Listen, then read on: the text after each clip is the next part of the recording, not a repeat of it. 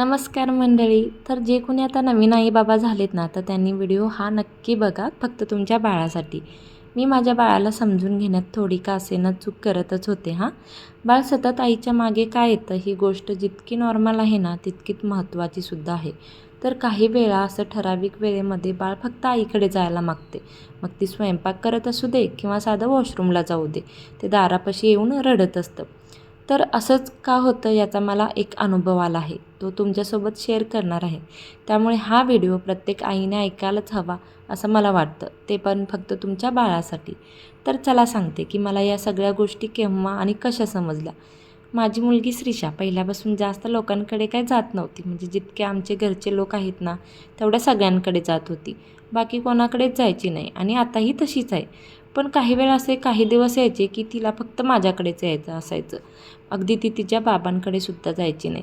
मी जर स्वयंपाक खोलीमध्ये गेले तर ती तिकडे यायची आणि जर वॉशरूममध्ये गेले तर दारापाशी येऊन मोठ्याने जोरात रडायची. काही वेळा मी ज्या एरियामध्ये असेल, म्हणजे स्वयंपाक वगैरे करत असेल, तर ती तिथं छान खेळायची. पण तिथून थोडं जरी बाजूला गेले तर पुन्हा रडायला चालू करायची. मला 1 मिनिट पण बाजूला सोडायची नाही. त्यावेळी मात्र तिला घेऊनच मग सगळं आवरावं लागायचं. आता हा विषय इथेच थांबत नाही बरं का. आपल्या आजूबाजूला असणारे लोक ते तर तुम्हाला माहीत आहेत. त्यांचं बोलणंही ऐकायला लागायचं की तिला फक्त काय आईचीच सवय आहे, कोणाकडे जातच नाही, असं हे सगळं चालूच होतं. आता माझं यूट्यूब चॅनल असल्यामुळं माझा ChatGPTशी कायम संबंध यायचा. त्यामुळे मग काही प्रॉब्लेम मला जर आला तर मी ChatGPT वापरून सॉल्व करायची. एकदा सहजच ChatGPTला विचारलं की बाळ नेहमी आईच्या मागे का जातं किंवा तिला का चिकटतं. मग मात्र यावर मला उत्तर सापडले आणि मग समजलं की आईच्या सतत मागे येणं जितकी नॉर्मल गोष्ट आहे ना, तितकीच महत्त्वाची सुद्धा आहे, कारण त्यामागे आहे सायन्स. तर मी त्यावरची सगळी माहिती वाचली आणि ते सगळं फॉलो केलं आणि मग माझ्या बाळाकडे पाहण्याचा दृष्टिकोनच बदलला. यामुळे माझ्या बाळाच्या बिहेवियरमध्ये म्हणा, तिच्या बौद्धिक क्षमतेमध्ये म्हणा, मानसिक क्षमतेमध्ये म्हणा, स्मरणशक्तीमध्ये म्हणा, खूपच चांगले बदल झाले. म्हणून म्हटलं की हा व्हिडिओ तुमच्यासोबत शेअर करूया. तर त्याला काही छोटी छोटी कारणं आहेत, ते आपण एक एक पाहूया. तर पहिलं कारण म्हणजे बाळ तुमच्या पाठीमागे येत नसतं, ते तुम्हाला वापरत असतं. हे आता ऐकायला खूप कठोर आणि काहीतरी वेगळं वाटेल, पण खरंच हे खूप सुंदर आहे. 1959ला एक संशोधक होते, जॉन बोल्बी. त्याने एक सिद्धांत मांडला होता अटॅचमेंट थेअरीचा, आणि यामध्ये सर्वात महत्त्वाची गोष्ट त्यांनी सांगितली होती की सिक्युअर बेस. आता सिक्युअर बेस म्हणजे काय? सुरक्षित आधार. तर ही संकल्पना म्हणजे आई जेव्हा बाळाला वेळेवर दूध देते, रडल्यावर लगेच उचलते आणि सतत जवळ ठेवते, तेव्हा बाळाच्या मनातनं एक सिक्युअर बॉन्ड तयार होतो. त्यामुळे बाळ आई असलेल्या ठिकाणी खेळतं, कारण त्याला ते सुरक्षित वाटत असतं.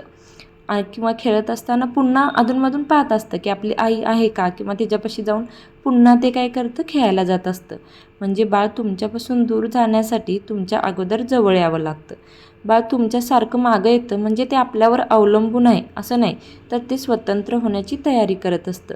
तर मॅरी एन्सवर्थ या बालविकास मानसशास्त्र संशोधक यांनी सिद्ध केलं की जी बाळं आईपासून सगळ्यात आत्मविश्वासाने दूर जातात, तीच बाळं सगळ्यात घट्ट आईशी जोडलेली असतात.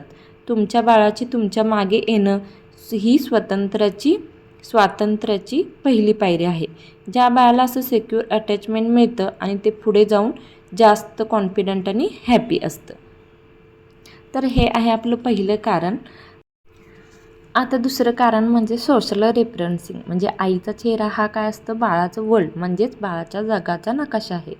तुमच्या बाळाचा मेंदू आत्ता इतक्या वेगाने शिकतोय की जितकं पुढे आयुष्यात कधीच शिकणार नाही, आणि सगळ्यात जास्त शिकणं होतं ते त्याच्या आईकडे पाहताना.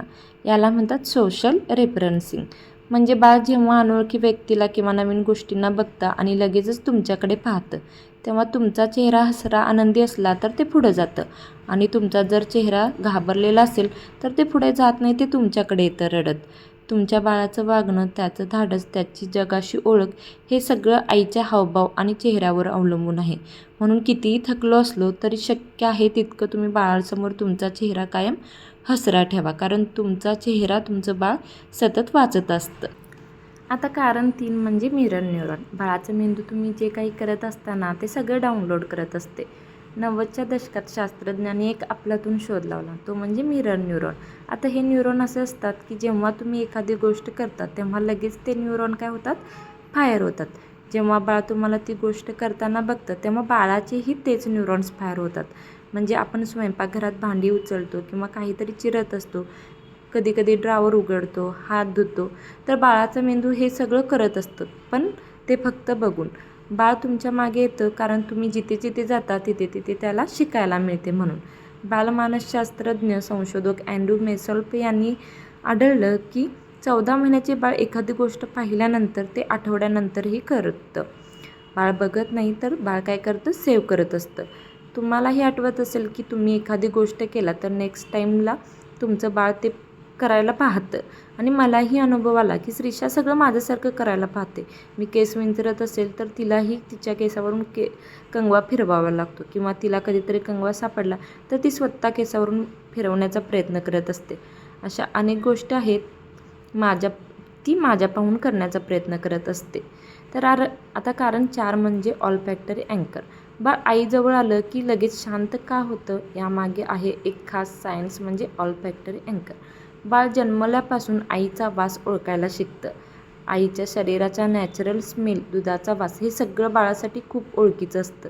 म्हणून जेव्हा बाळ अस्वस्थ होतं आणि आईजवळ येतं तेव्हा त्या ओळखीच्या वासामुळे त्याला सुरक्षित वाटतं. आता कारण 5 म्हणजे डिस्टन्स रेग्युलेशन. जास्त जवळ किंवा चिकट म्हणजे काय असतं, जास्त शिकणं असतं. बाळ काही सारखंच आईच्या मागे जात नसतं, ते खेळत असतं. पण काही दिवस येतात की बाळ काय करतं की आईला सोडतच नाही. जेव्हा बाळ आजारी असतं किंवा नवीन गोष्टी शिकत असतं किंवा बाळाच्या मेंदूमध्ये नवीन गोष्टी शिकण्याचा प्रयत्न चालू असतो तेव्हा काय करतं की बाळ आईला जास्त चिकटतं. तर मिनेसोटा लॉन्जिट्युडिनल स्टडीवरून आढळलं, या बाळांचा लीप म्हणजे जेव्हा बाळ बौद्धिक झेप घेत असतं किंवा नवीन स्किल शिकत असतं तेव्हा ते काय करतं, जास्त आईला चिकटत असतं किंवा जास्त रडतही असतं बघा. तर हे मागे जाणे किंवा मानसिक प्रगती कमी होणे असं नाही, तर तेव्हा बाळ आपल्याला सांगत असतं की माझ्या मेंदूला खूप काही काम आहे, मला तुझी जास्त गरज आहे. अशा वेळी बाळाला दूर करण्यापेक्षा जवळ घेतलं तर त्या गोष्टी बाळ काय करतं, लवकरात लवकर शिकतं. तर आता कारण 6 म्हणजे सेपरेशन डिस्ट्रेस. बाळाला तुम्ही दिसला नाही तर काय होतं. आतापर्यंत आपण पाहिलं की बाळ मागं काय येतं. आता पाहूया बाळाला मागे येता आलं नाही तर काय होतं. जेव्हा बाळ तुमच्यापासून वेगळं होतं तेव्हा त्याच्या शरीरात कॉर्टिसोल वाढतो. हा स्ट्रेस आणि तणावाचा हार्मोन आहे आणि बाळाचा फक्त फोकस एकाच गोष्टीकडे असतो, तर ती आई कुठे आहे. पण आई जेव्हा लवकर बाळापाशी येते आणि त्याला जवळ घेते तेव्हा हे हार्मोन लवकरात लवकर कमी होतात आणि मग बाळाचा मेंदू यातून एक गोष्ट मात्र शिकतो की हा जो दुरावा आहे ना तो तात्पुरता असतो. पण घरी आल्यानंतर बाळाला जवळ न घेता इग्नोर केलं तर हा जो हार्मोन असतो तो जास्त वाढतो आणि मग बाळ घाबरतं. म्हणून बाळाशी कसं वागायचं आणि त्याचा परिणाम आपल्या बाळावर कसा होईल हे सगळं आपल्यावर आहे. म्हणून तुम्ही तुमच्या बाळाला समजून घ्या आणि बाळाची सर्वांगीण प्रगतीकडे लक्ष द्या. बाळाचं मागं येणं हे एक सायन्स आहे. तर हा व्लॉग कसा वाटला हे कमेंटमध्ये नक्की सांगा आणि ज्या नवीन आई झाल्या आहेत त्यांना हा व्हिडिओ पाठवा. थँक्यू.